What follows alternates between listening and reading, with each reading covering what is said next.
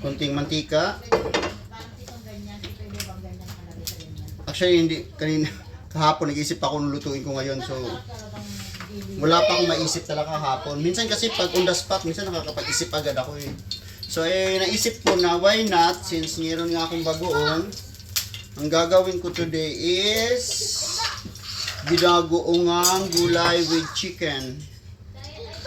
Okay, aray. Okay.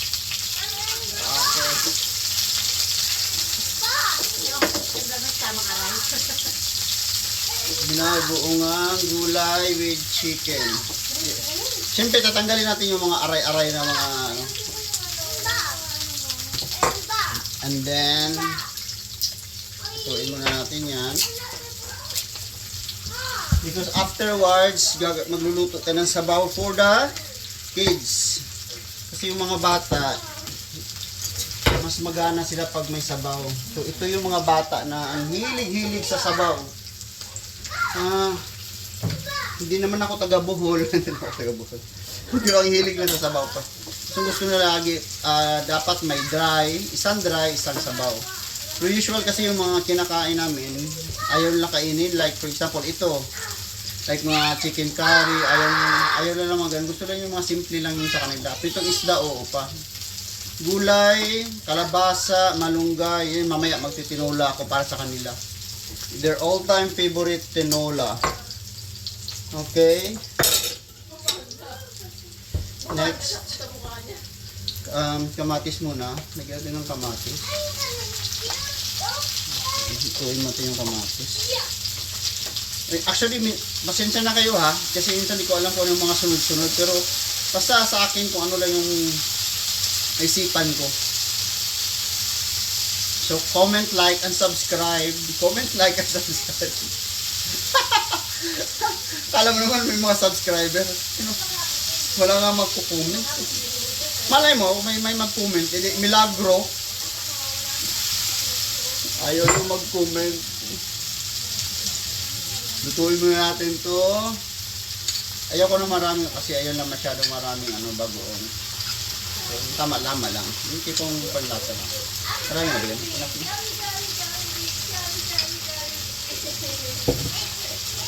Okay. Okay. Yan.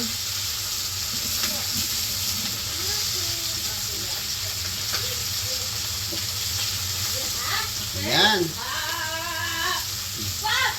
So, pag tingin nyo may mali sa ginawa ko, i-comment nyo lang para next time alam natin gagawin. Pero actually, sa pagluluto naman kung saan ka komportable, diba? Importante naman yun yung end product. End product. So actually, sa araw-araw pagluto, minsan hindi masarap. Minsan masarap, minsan hindi. Ganun. And then, lagay na natin yung chicken natin. Para maluto na siya. Okay, kunti lang.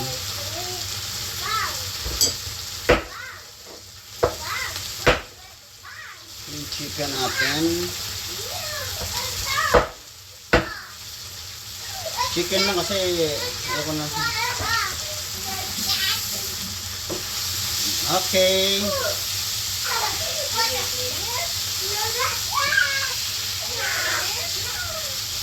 Kasi ilan na lang kakain ito eh. 3 lang kami kakain.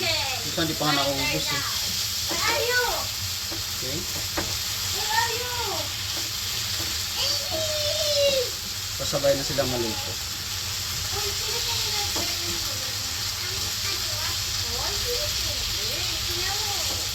Okay.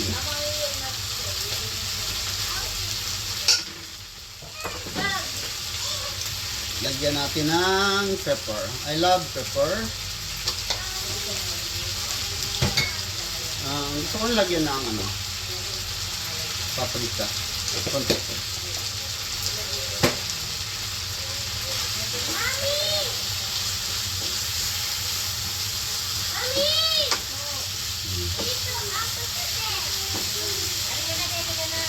Tama lang ba yung Kung konti mo. Kung masyadong konti yung bagoong ko. Lagyan natin yung bagoong.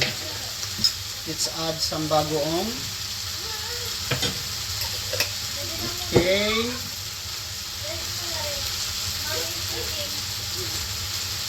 Da da da da da da.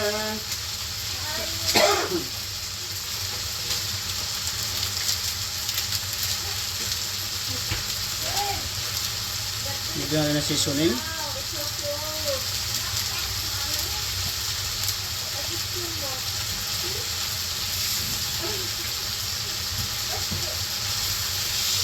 Okay.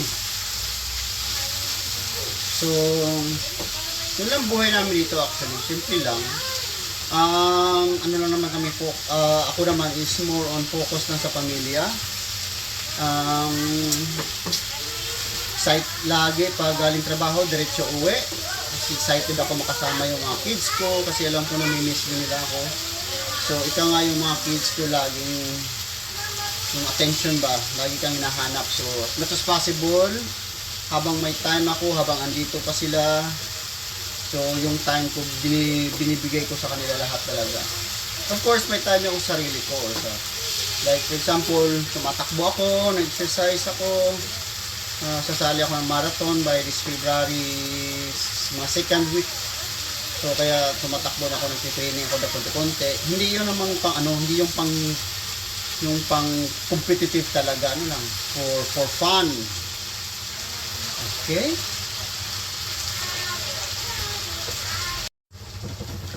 So, I think luto na yung ano natin. Sobrang laki ba yung ano ko? Hiwa? Or tama lang?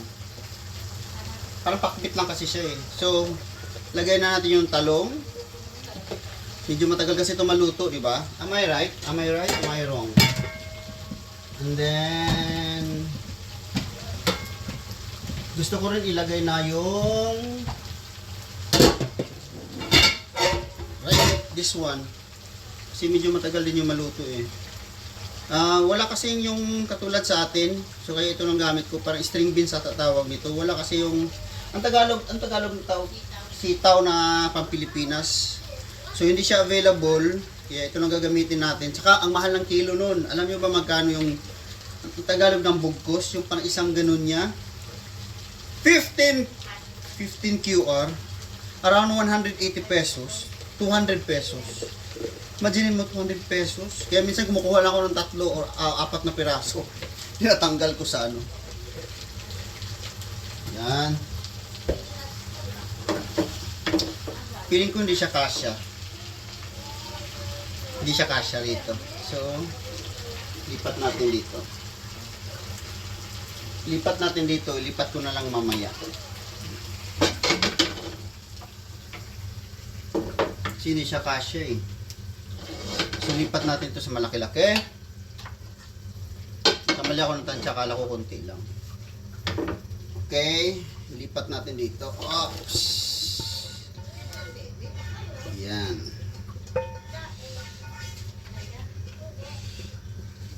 Yan. Kagandahan nito, mabilis na siya malipat. Pilinat, yung ano,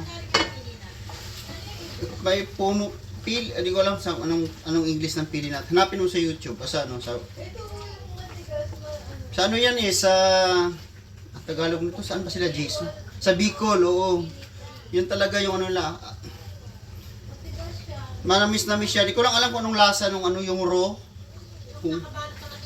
Pero kasi yan, kasi may sugar na siya eh. Kung yung parang, kung inano siya, yung parang parang iano lang siya, yung walang sugar. Ano kaya lasa niyan? Masarap din kaya. Tulad ng, anyway, sino yung mga taga Bicol dyan? Pilinggiro, kala mo naman may mga ano sa subscriber. Yan. Yan ang ating bagong binagoongan. So ito na yung maging baon namin. Yung isa naman, yung isda, yun yung parang kakainin lang ngayon. And then, takpan ba natin? So okay, takpan muna natin. Tapos, later on, dagdag natin yung ibang gulay. And now, ilalagay ko na yung ating, gusto kasi niya ng malalaki, yung malalaking hiwa. Kaya malaki siya. Okay, yung ano natin, kalabasa. Di ko alam kung lalagyan pa ko pa ba ito ng tubig? Huwag na. Huwag na kasi nagsasabaw naman yung ano. Kaya ang gusto mo, dry lang na binagoongan? Sige, dry lang. Sige. Last natin, idadagdag natin yung pwede na natin dagdag lahat para tapos. Yan. Yan na lahat. Ay! O, tama. Okay.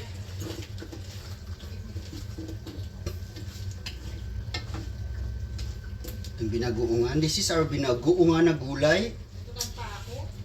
Sana masarap. Sana masarap.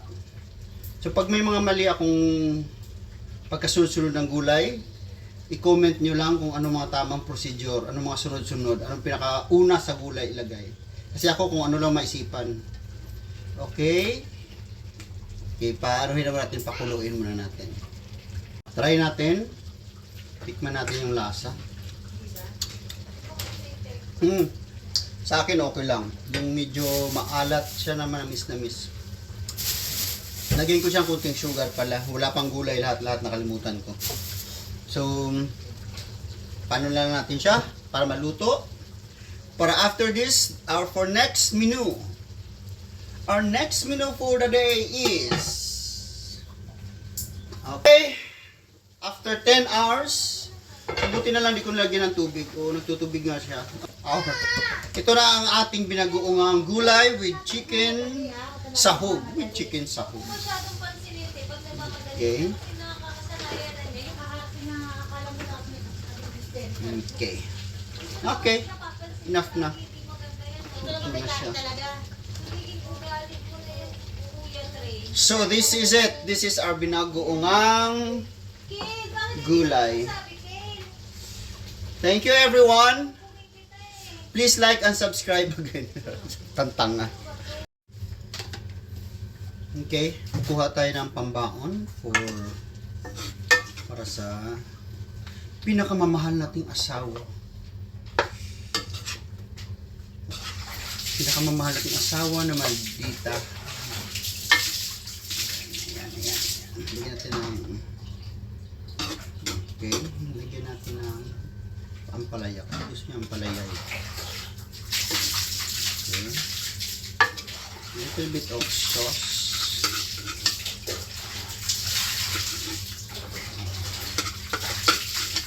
Okay. Pambaon na siya. Okay. Ito naman ilipat natin.